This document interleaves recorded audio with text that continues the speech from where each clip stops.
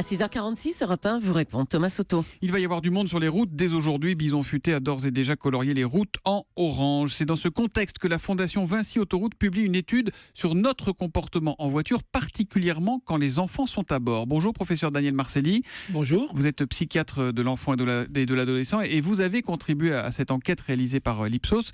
Pourquoi cette distinction ? Qu'est-ce que ça change quand les enfants sont dans la voiture ou quand ils ne sont pas là ? On ne conduit pas pareil ?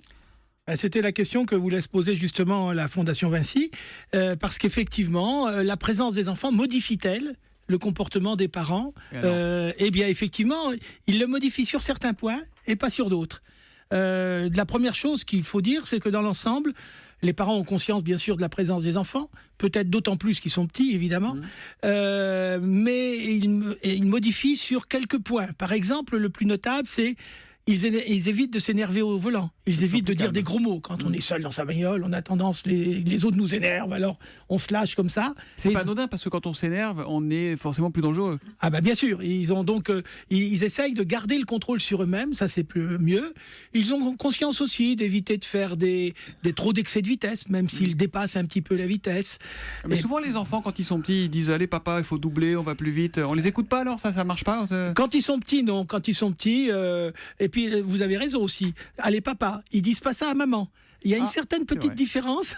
Ils disent pas à maman plus vite, pas trop. Ils disent plutôt à papa. Parce qu'ils savent que maman conduit mieux, qu'elle est plus prudente peut-être. Dans l'ensemble, les enfants trouvent sur cette étude que les parents conduisent presque aussi bien, pratiquement aussi bien l'un que l'autre, mais ils disent quand même que maman est un petit peu plus calme que papa. Voilà. Mais on pourrait dire que l'élément essentiel, c'est quand les enfants sont dans la voiture, ils sont contents, ils ont confiance, ils se sentent bien. La voiture n'est pas perçue comme un objet dangereux par eux. Alors on a un joli tweet de Papa Body, avec eux en voiture, avec eux les enfants, donc on pense à eux, sans eux on ne pense plus à rien, surtout pas aux autres. C'est vrai, c'est un peu comme ça que ça se passe ?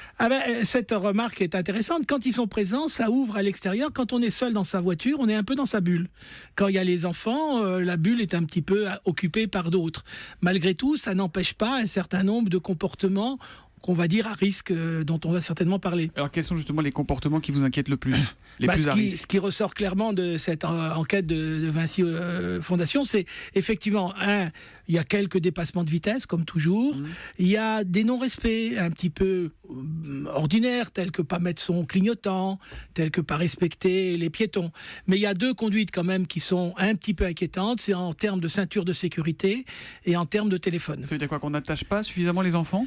Alors, les petits bébés, ça, évidemment... Il y a le siège bébé, normalement, c'est pas un souci. Les bébés, ça, c'est très bien. Mais en revanche, dès que les enfants sont assis derrière, c'est-à-dire quand ils commencent à avoir, en gros, 4-5 ans, il y a quand même un parent sur 5, c'est-à-dire 22% des parents, qui ne vérifient pas si l'enfant est bien attaché. C'est-à-dire qu'ils délèguent à l'enfant, et parfois relativement jeune, la responsabilité de s'attacher. Or, quand on est dans un véhicule, on est responsable de ses passagers. Et il y en a 11% qui laissent l'enfant non attaché sur des courts trajets, mais quand même. Qu'est-ce qui fait peur aux enfants en voiture ? Ils n'expriment pas trop la peur. Et bon, on n'a pas cherché à enquêter des enfants qui avaient subi un accident. Oui, voilà. C'est pas la peur du côté des enfants. La peur n'émerge pas. C'est plus au contraire la fatigue, la lassitude et le fait qu'ils en ont assez. La fatigue, la lassitude des parents, c'est une question d'Alain sur Europe1.fr. Moi, je conduis la nuit, ça roule mieux et on est plus tranquille avec les enfants. C'est une bonne idée, ça ou pas ? C'est l'idée habituelle qu'ont les gens.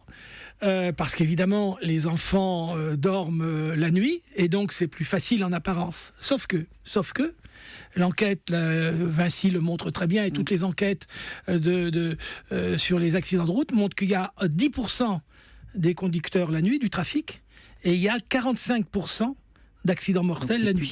C'est beaucoup Donc plus il y a une dangereux la nuit. surmortalité évidente et considérable.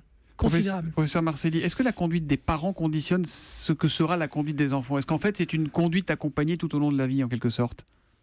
Je crois que l'intérêt de la voiture, c'est de bien montrer que les parents sont des modèles pour les enfants.